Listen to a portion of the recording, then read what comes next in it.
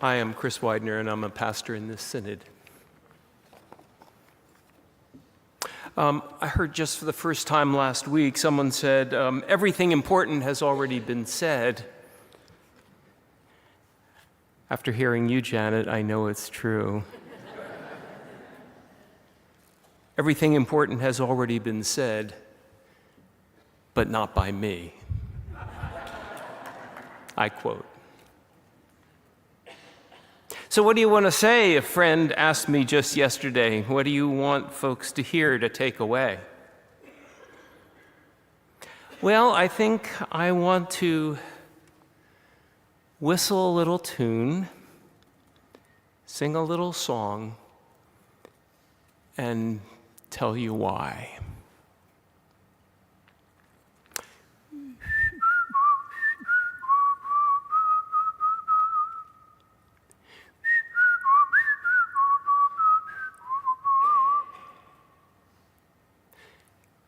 Turn the clock back 10 minutes. Good morning, the little bird says. Good morning, she's singing to you. I sang this song to my daughters when they were young and growing up, when it was time to wake up and begin a new day. These days, I sing it to my grandchildren. When we're together, I at their house or them for a sleepover at Papa's. When they hear me, they know I'm nearby, outside their door or down the hall, like a bird by the window. Waking them up to a new dawn, calling them to a new day. I've been playful with that little song. I've wanted to be a little bird for them. You know, in so many ways, I've thought of myself as awake. That those little ones and those others are the sleepy-headed ones. I've thought of myself as awake in general, and more specifically, awake when it comes to race and my place in society as who I am, a white man. I've thought of myself as awake to the particular privilege of where I came from. The opportunities of my upbringing,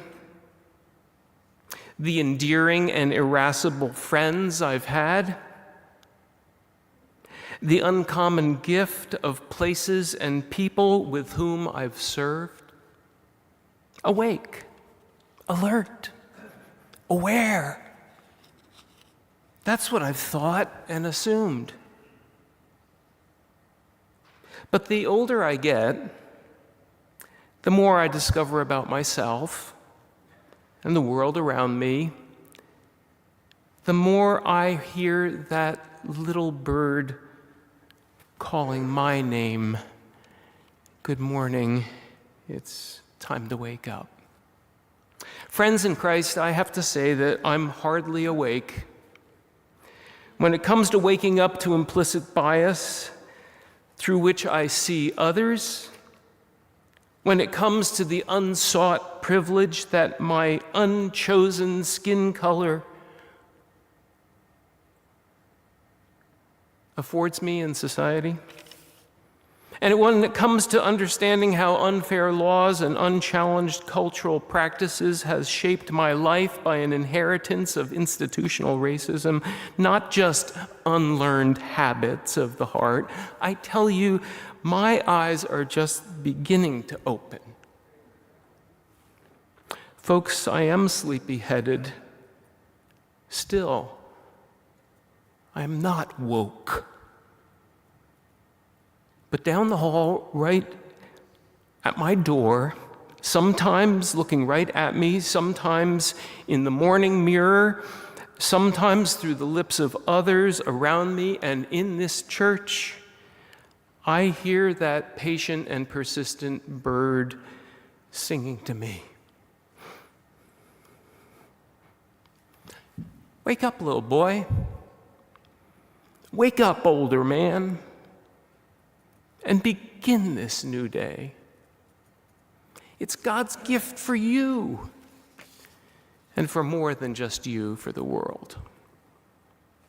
More than being sleepy-headed, I've been unconscious to so many things in my own heart and within the world I live in. I want to say it's not just my own reading that has nudged me. It's not just the film watching or the praying or the singing the sacred music of a people who have known far more troubles than I've seen. And some of you know, even when you say you can't imagine it, some of you know I've known some trouble and I've borne a grief.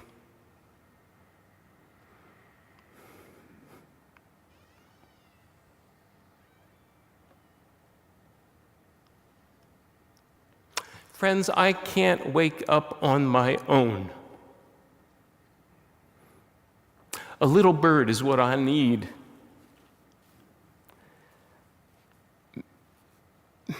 May I be bold to say that we need each other to wake up.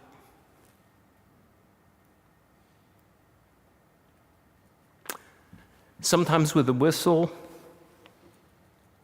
song, sometimes with a shout or a sound of alarm, but mostly with a mix of patience and kindness, encouragement, humility and compassion.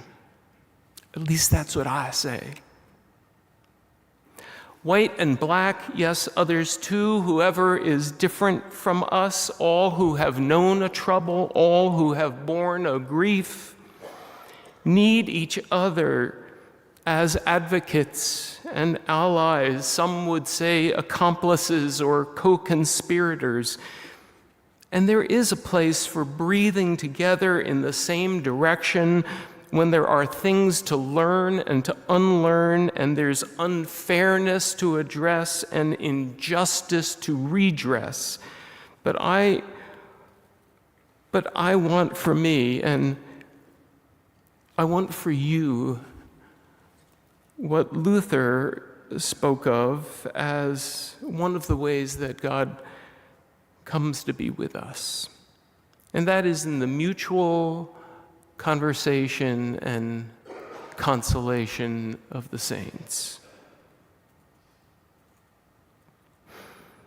I pray for you what I want to be part of and help to nurture myself, and that is a church that is a community of conversation and consolation and courage too. Free to listen, free to speak up from a willing but fragile heart, to ask questions sometimes with a bit of fear and trembling,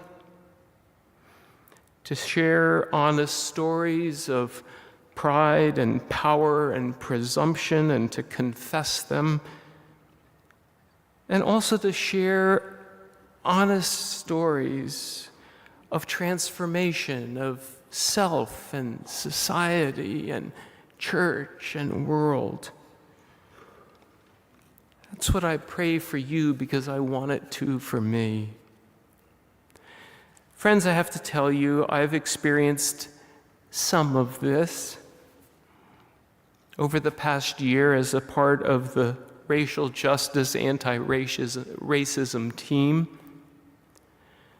But heavens to Betsy, when I think I'm waking up or have succeeded in getting some of the newly discovered sleepy dirt out of my eyes, I find myself time and again drifting back to sleep, as it were.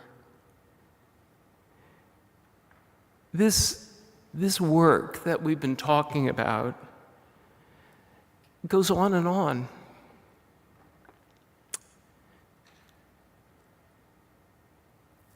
Like birds calling us again and again on a daily basis to a new day.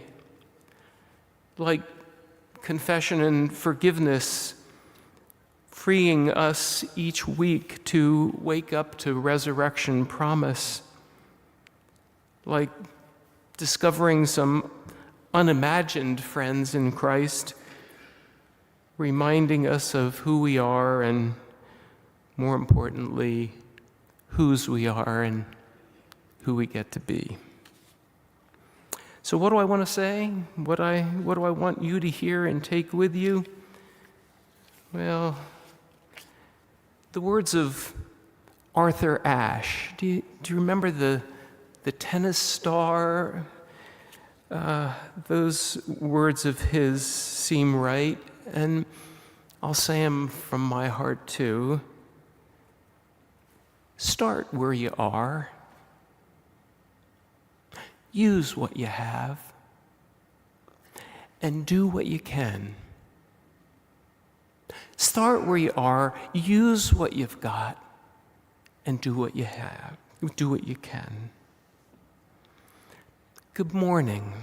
Good morning. The little bird says, good morning. Good morning. She's singing to you. We're waking up, church. Thank you.